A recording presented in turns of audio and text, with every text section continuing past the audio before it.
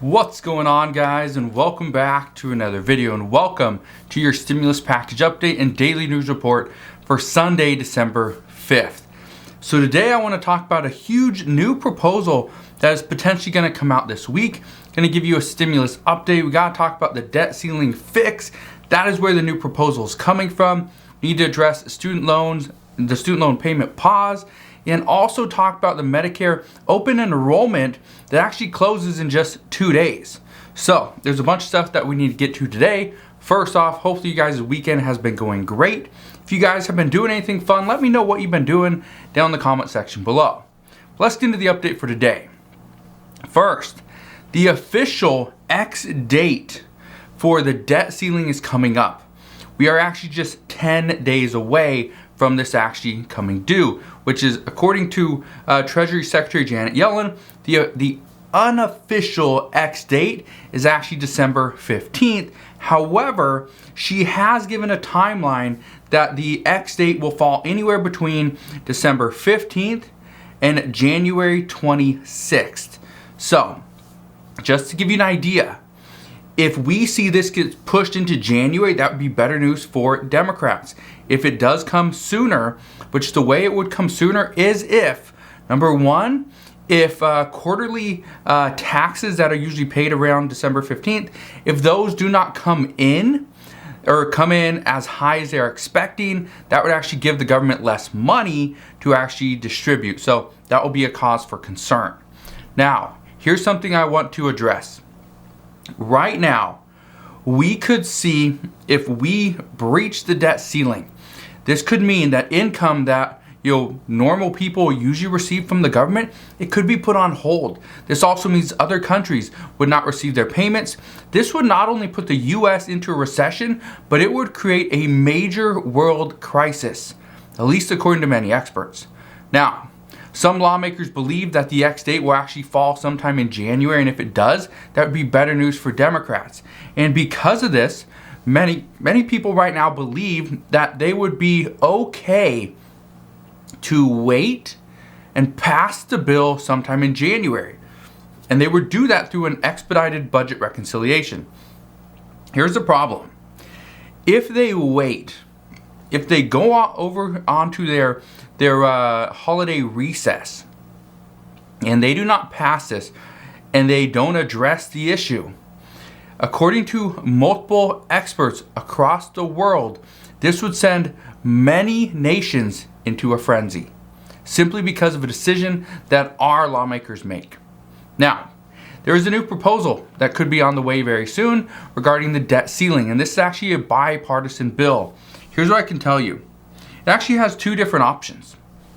The first option, if Congress passes a concurrent budget resolution that reduces the debt per GDP by at least 5% over 10 years, it would automatically generate separate legislation to suspend the debt limit through the end of the following fiscal year. That's option number one. Here's the other option. If Congress has not acted on a budget resolution, or if the debt limit is close to being breached, the president could request a suspension through the following fiscal year, okay, which would go into effect unless Congress passed a resolution of disapproval. Now, in order to get this done, the president's request to Congress would need to be accompanied by a debt reduction proposal that both the House and the Senate would have to have floor votes on. Okay?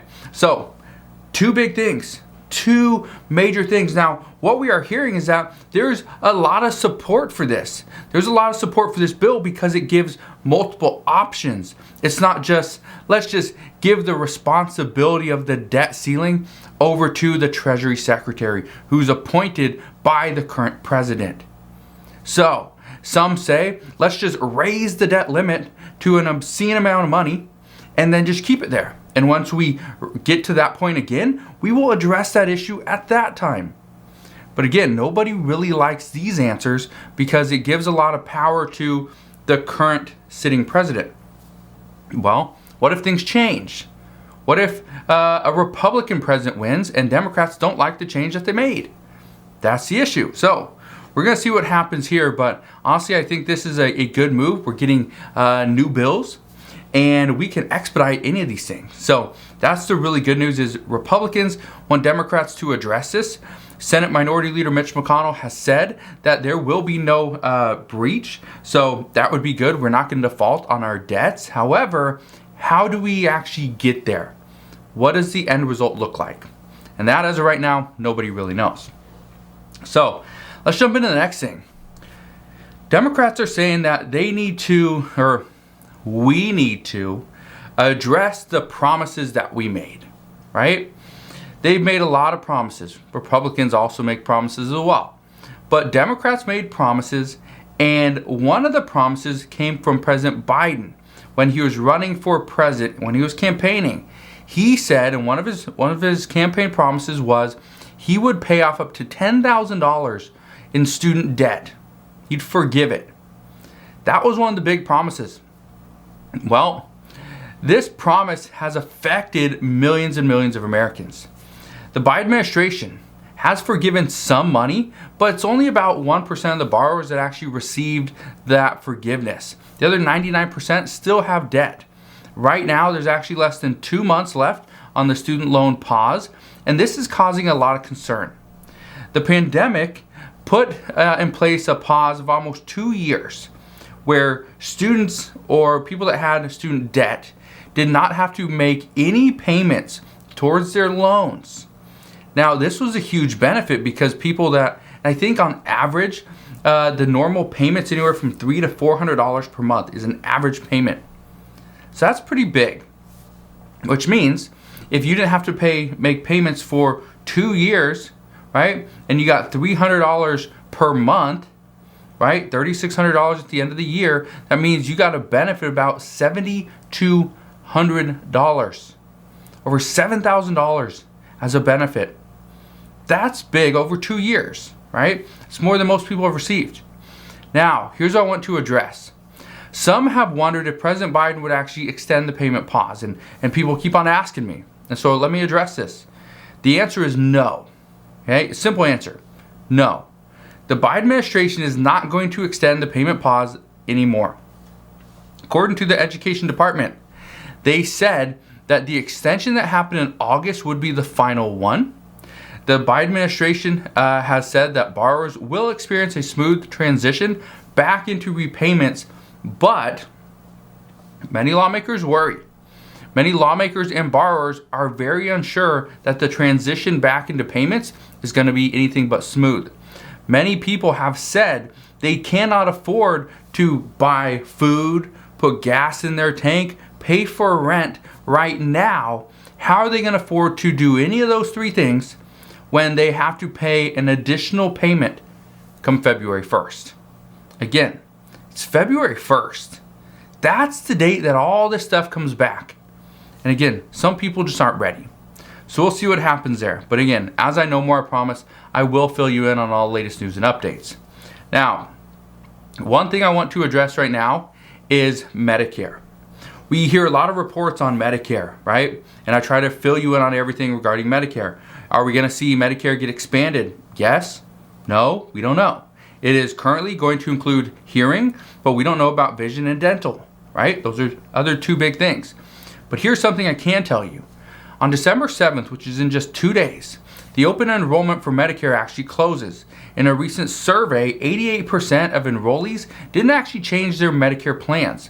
67% weren't able to find a better plan after shopping around, and just 11% switched from the original Medicare to the Medicare Advantage plan. Now, here's what I can tell you, and this is turning into a pretty big issue. These reports have also indicated that those who did shop around are going to see a very small amount of money saved monthly. Here's a huge number. 85% of people who shopped around and found a more cost-effective plan are going to save less than $50 per year. $50 per year, okay? That means you're going to save like $4 a month. $4. That's not a lot of money. That cannot do much in this current economy. You want to go buy some food?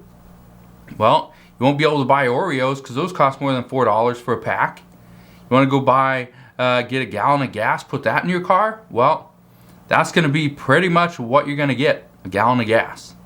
So keep in mind that even though these people are going and finding a better deal or a more cost-effective plan, it doesn't mean they either have more or better coverage. It's just less expensive. Here's the problem. With the rising cost of Medicare, many seniors are looking for ways to cut costs. The only problem is their biggest expenses are usually things that they can't skimp on, like housing and healthcare. And that's turning into a huge issue. So, one thing I just want to say is that right now, yes, saving money is essential. Saving money is something that many Americans need to do. The problem is almost everything is stacked up against them.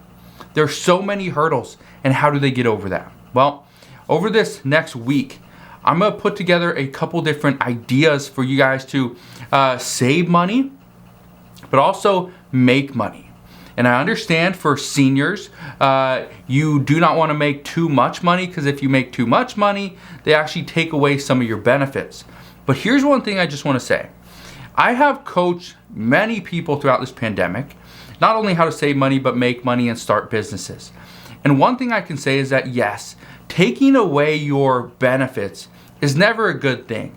But one of the people that I have coached, she has done very well over the past 2 to 3 years. She's done extremely well.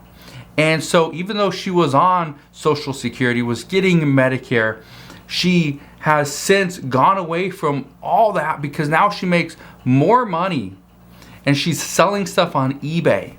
Okay, selling stuff on eBay. Okay, doing about $8,000 a month.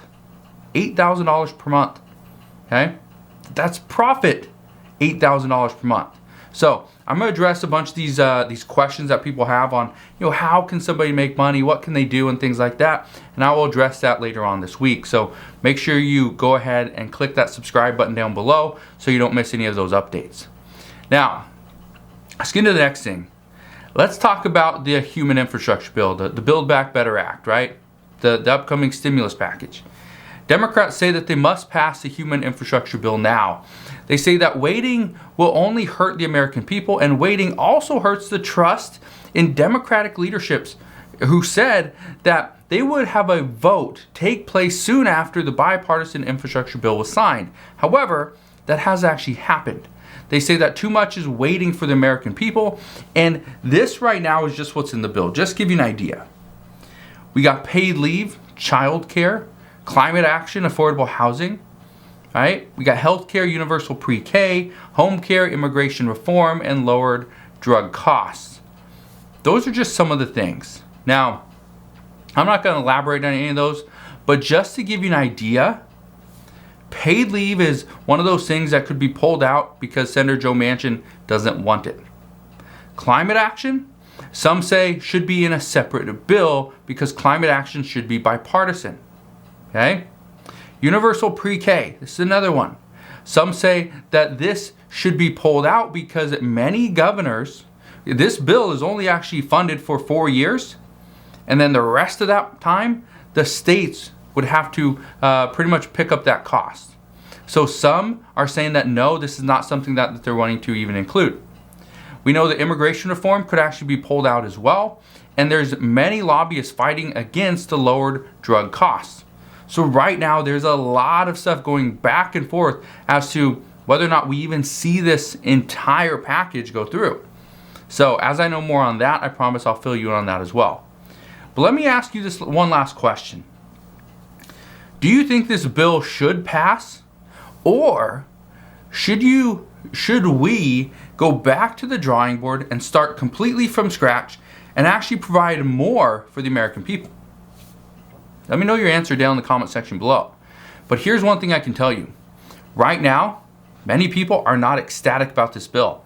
Many people want it changed. So, As soon as I get more reports as to how this bill could potentially be changed, how it could be made better, I promise I'll come back on and fill you in on all that news and all those updates. So again, just want to thank you guys for watching. Have a wonderful rest of your day. Hopefully you had an incredible weekend so far. If you have any questions whatsoever, please ask your questions down in the comment section below. But again, hit that like button if you enjoyed today's video. Subscribe if you want to stay updated on everything that's going on, and I'll see you guys on the next one.